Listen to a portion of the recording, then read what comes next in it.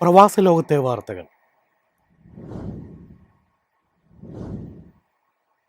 Indian പ്രധാനമന്ത്രി നരേന്ദ്രമോദി ഈ മാസം 15-ന് UAE സന്ദർശിക്കും. ഇരു രാജ്യങ്ങളും തമ്മിലുള്ള വ്യാപാരം, ഊർജം, നയതന്ത്ര സഹകരണം എന്നിവ ശക്തമാക്കുകയാണ് ലക്ഷ്യം.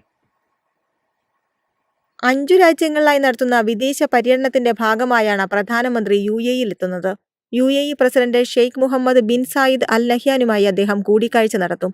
ഊർജ്ജ മേഖലയിലെ സഹകരണം ഉൾപ്പെടെയുള്ള ഉഭയകക്ഷി വിഷയങ്ങളും മേഖലയിലെയും രാജ്യാന്തര തലത്തിലെയും പൊതുവിഷയങ്ങളും ഇരു നേതാക്കളും ചർച്ച ചെയ്യും.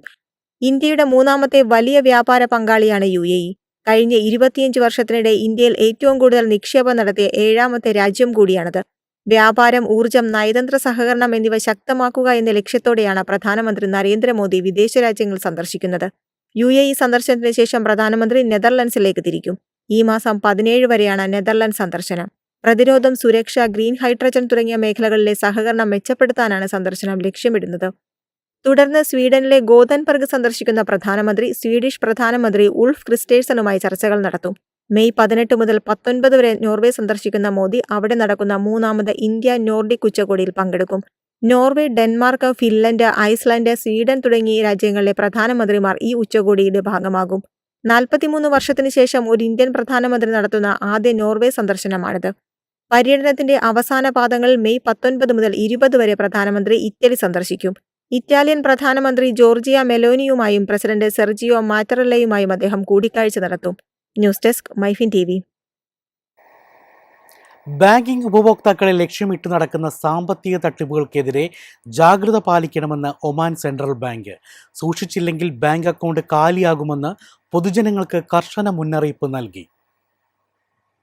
സംശയാസ്പദമായ ലിങ്കുകളെ ക്ലിക്ക് ചെയ്യരുതെന്നും ഔദ്യോഗിക സ്ഥാപനങ്ങളുടെ എന്ന വ്യാജേന വരുന്ന കോളുകൾ വിശ്വസിക്കരുതെന്നും അധികൃതർ ഉപഭോക്താക്കൾക്ക് ജാഗ്രതാ നിർദ്ദേശം നൽകി.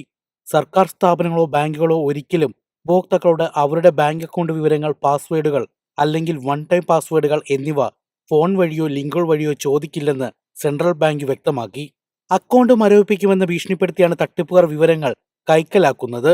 കൂടാതെ മൊബൈൽ ആപ്ലിക്കേഷനുകൾ വഴിയും SMS വഴിയും വ്യാജ ലിങ്കുകൾ അയച്ച് ഉപഭോക്താക്കളുടെ സാമ്പത്തിക വിവരങ്ങൾ ചോർത്തുന്ന രീതിയും വർദ്ധിച്ചു വരികയാണ്. തട്ടിപ്പിനിരയായെന്ന് സംശയം തോന്നിയാൽ ഉടൻ തന്നെ പോലീസിൽ വിവരം അറിയിക്കണമെന്നും അധികൃതർ വ്യക്തമാക്കി. News desk, Myfin TV. വിമാന ഗതാഗതവുമായി ബന്ധപ്പെട്ട പരാതികൾ സഹൽ ആപ്ലിക്കേഷൻ വഴി സമർപ്പിക്കണമെന്ന് കുവൈറ്റ്. യാത്രക്കാരുടെ അവകാശ സംരക്ഷണം ഉറപ്പാക്കുകയാണ് ലക്ഷ്യം. ഡയറക്ടറേറ്റ് ജനറൽ ഓഫ് സിവിൽ ഏവിയേഷനാണ് യാത്രക്കാർക്ക് നിർദ്ദേശം നൽകിയത്. യാത്രക്കാരുടെ അവകാശ സംരക്ഷണം ഉറപ്പാക്കുന്നതിനും തുടർ നടപടികൾ വേഗത്തിലാക്കുന്നതിന്റെയും ഭാഗമായാണ് നടപടി. ഫ്ലൈറ്റ് വൈകൽ, ലഗേജ് പ്രശ്നങ്ങൾ, വിമാന റദ്ദാക്കലുകൾ, ബുക്കിംഗ് റദ്ദാക്കലുകൾ, വിമാന ഷെഡ്യൂളുകളിലോ ബുക്കിംഗ് ക്ലാസ്സിലോ ഉള്ള മാറ്റങ്ങൾ, സാമ്പത്തിക ക്ലെയിമുകൾ, യാത്രാ സംബന്ധിയായ പരാതികൾ സമർപ്പിക്കാൻ ഈ സേവനം ഉപയോഗപ്പെടുത്താം. ഡിജിറ്റൽ ഗവൺമെന്റ് പ്ലാറ്റ്ഫോമുകൾ വഴി യാത്രക്കാരുടെ സേവനങ്ങൾ മെച്ചപ്പെടുത്തുന്നതിനും യാത്രക്കാരും വ്യോമയാന അധികാരികളും തമ്മിലുള്ള ആശയവിനിമയം സുഗമമാക്കുന്നതിനുമുള്ള ശ്രമങ്ങളുടെ ഭാഗമായാണ് ഈ നീക്കം. News desk, Myfin TV.